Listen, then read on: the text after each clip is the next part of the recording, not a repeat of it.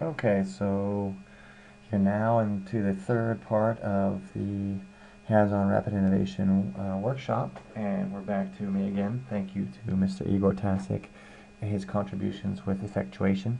And I'm going to talk to you a little bit today about the key tools for the rapid innovation cycle. How can you really enable your idea? So these are just some of the things we talk about in our regular class offered at la Universidad Politécnica de Madrid. Again, we're going to go through some of these today in the workshop, but we clearly can't go through everything in such a short period of time. And I'm sure you'll have questions, so please ask them. But again, don't be discouraged if you don't understand something. We're going to be flying through this, and I strongly encourage you to take our class at the UPM offered next spring. We'll probably have two versions, one in January through March and the other in April through June, should everything go well with the class. So here's what we're going to talk to you today about. Again, you just heard effectuation from Igor, and I'm going to tell you a little bit about these idea wallets and bug lists, some of the effective brainstorming strategies, because many people, even people who say they claim they know how to brainstorm, don't do it correctly. We're going to talk to you about the pitch, and then also one version of rapid prototyping. Again, I'm a mechanical engineer, so all the stuff that follows after form core, cut, paste, tape, etc. Are some of my favorite things to talk about. So feel free to ask me during the break, or later in the class, or email me later if you have more questions on some of these other tools. So let's go ahead and start. So Idea Wallets I don't know where the original root was, but I definitely read about it in Daniel Pink's The Right Brainers Will Rule the World book. I've seen it now also in the Tom Kelly's, from IDEO, Art of Innovation, and also the 10 Faces of Innovation. So I'm not sure who created this idea, but thank you to whoever they did. I'm just using it as a framework or a meme, a tech meme, to describe this concept. But basically, idea wallets are basically your way of properly saving ideas that you come up with on the fly. So just if you were to find $1 on the ground or 10 euros on the ground, excuse me, you would want to put that in your wallet, right? You wouldn't want that to blow away in the wind, or put it in your pocket, right? You want to have a safe place for it. So this is why we carry around, or at least I carry around my iPod everywhere. Your mobile phone can work in this manner. I also, for a long time, I was carrying around these paper notebooks here, but they're all since full. And but anyway, so they're full, and I have to get more. And but anyway, sometimes papers fall out. So I like the digital form too. Also, it syncs to cloud, iCloud, or whatever you want. So it's nice, but also sometimes drawing really quickly is key. If you're brainstorming with a friend at a bar, grab a napkin. It's kind of cliche, but it really does help. So always carry around a pen, always carry around a notebook. I know you'll be sort of a nerd or a freaky for doing this, but it's really, really important. At the very least, just create a note file in your mobile phone. Evernote is the little elephant icon there. They have syncing tools. They also charge for certain things, but regardless, there are free versions. Also, you have the iPhone Notepad, which is what I use exclusively, and then also the microphone, right? Like if you're too busy to text or write down what you're saying or what you're thinking, and you're in the car and you're driving or whatever, and you want to just say it out loud, never underestimate the power of a microphone. So very handy. Again, the subconscious mind works a lot while you do other things. So the moment you save an idea and you store it, you put it in place, you may work and solve that problem that you've identified, or you may come up with a new solution that you hadn't thought of earlier on that thing. So you get these idea moments when you're least expecting them, and so you always have to be prepared. Otherwise, you forget. I mean, I don't know how many times I'm like, man, what was I thinking?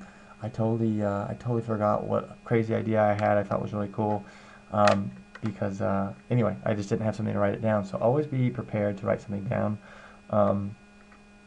What's interesting to note is it's both environment dependent and environment independent. So when I say it's independent, it's because of the top bullet, because it can be anywhere where you come up with the idea. However, your willingness to share these ideas, or your willingness to be in this frame of mind, is strongly dependent on your environment. So if you are at a university which frowns upon new business development or new ideas and new gadgets or whatever, or at least they think, oh, you're a loser if you try that and fail, you are going to be much less inclined to share these ideas with people and create them. And so therefore you suppress ideas naturally, and you suppress your natural creativity. And that's what happens as we grow older. That's the beauty of children, their innocence. They fear nothing. They care not about anybody else but their friends, and just enjoying time around them. They don't care about image. They don't care about all that stuff. They are free of the ego, so to speak. So this is very useful for them because they're oftentimes very creative. So go spend time with kids. And also do your work, your studies, your research, and make your personal environments so that they support creativity. Ask yourself that question: Do my environments support creativity? And I would argue that many places here in Spain don't. Right? Sometimes you have a desire to go work in the middle of the night, but here in Spain you can't. Or maybe you have a desire to go see, oh, wait a minute, I want to see if they have this piece of plastic at this hardware store, and it's just after lunch. But no, you can't, because they're closed from 2:30 to 5. So be aware of these limitations that are not in other parts of the world, because remember, you bought an iPhone 4 from an American company that was sent from the United States. There's no reason why it can't be, you bought a iPhone 4 from Spain that was sent to the United States. Again, where are these environments supportive of technology growth? Other ways to spot ideas are to look for workarounds. Cosas chapuzas, or chapuzas. Maybe I spelled it wrong. But anyway, these are like, things that are hacked together. So I have some fun pictures here. Clearly this guy did not have a ladder that was tall enough, or a way to support it to change that light bulb. He's braver than I, but again, maybe a truck with a ladder that can extend him up to that height would be a safer solution. So there's a solution. Maybe he rents a fire truck. I don't know. But again, these are all potential solutions to this sort of hacked job. This guy right here, probably not so smart, drilling in a pool. Yes, he's able to get the job done, but maybe there needs to be a more electrically sound way to drill in those parts of a pool. Maybe it's a floating bridge. Maybe it's something else. But again, this is probably not super safe. And again, anytime somebody's personal safety, their health, or their personal wealth is at threat, there's always opportunities to create businesses. This is called shadow cost. We talk a lot about this in the class itself, the long version of the class. So here's another workaround. Again, another ladder problem. Here's another also height issue. I thought this was sort of an ingenious solution, but again, probably not super safe. So again, they need a way to lift things high. This is why they have freight elevators, but maybe there's a rentable freight elevator that you could hack together using a forklift of bigger size, or again, renting a piece of equipment to certain people at a certain time, or creating this access to these tools that these people didn't know about. Maybe it's a marketing solution. We don't know. Again, this is why they have car jacks. Maybe this gentleman didn't have one, or he couldn't afford one. But again, that would make me pretty nervous doing what he's doing. So anyway, that's another opportunity. This one I just think is funny. It came in the same slide deck. Again, maybe you have a portable stay out zone to keep randoms like this guy away from toxic material. And this one, again, maybe it's a railing or a barrier for where to drive your forklift. So again, you have to be open to these. You have to be able to spot these opportunities. Again, it's just you are walking down the street and you see strange things. You have to be able to point these things out and see if there's an opportunity. And now we're going into bug lists. So for me, crying babies, I actually don't mind them. I think it's fine. I've learned to tune them out. So I don't need any solutions around crying babies. Maybe they would get on my nerves if there was one in this class crying right now. but regardless, this is a crying baby. Something's bothering me. Something's clearly bothering me in this photo. I wish this baby would just be quiet. So you can fix the problem with a little bit of good old duct tape. I think they actually call it Celo de America here in Spain, which is funny to me. But anyway, that solves the problem, right? But that's only one solution. Maybe you just want to make the kid happy. Maybe it's hungry. Maybe it just wants some attention. I don't know. But again, millions of solutions to problems like this. Again, you just have to realize like this is an opportunity to have an innovation. So again, bug lists are just like your idea list, except they're more focused on things that bother you. So anytime you feel like you're being bothered by something, like maybe there was something in this class today that bothered you, maybe you couldn't understand every word I was saying, and so you wish you had a translation of everything I'm saying live, or maybe there was a way to passively tell me, hey Chris, slow down. There's a lot of things that could have bothered you today in this class that could be potential business solutions. Again, these solutions need not be complex.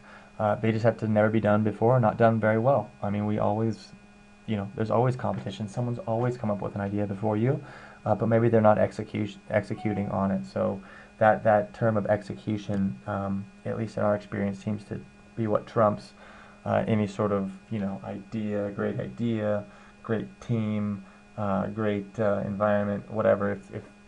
If the team's willing to execute, they will execute on whatever idea or technology or in whatever environment exists. They will make it happen regardless. So the pitch. So now that you have all these ideas, now that you've worked out maybe a few solutions in your rapid innovation cycle, you have to explain this to people who are interested. And what's good is I have another minute left before I have to cut this video. So let's see if we can't do this. The pitch was first taught to me by Professor Drew Isaacs at the Haas School of Business at UC Berkeley.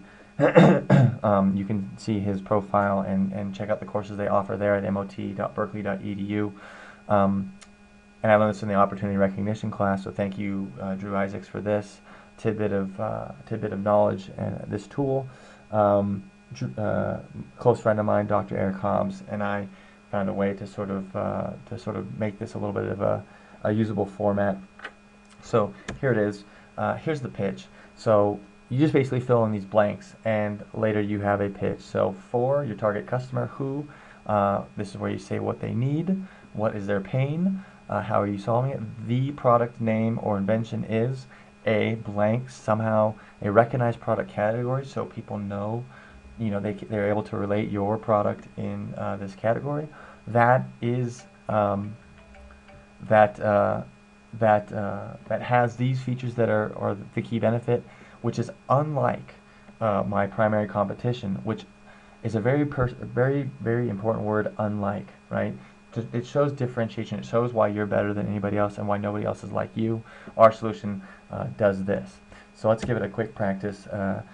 So we're looking at BMW. So for people who like to drive performance-oriented vehicles, who need and want to control driving and look stylish, the BMW M3 series is a high-performance sports car that gives you access to the ultimate driving experience. Unlike Mercedes or Audi, BMW has superior design and performance.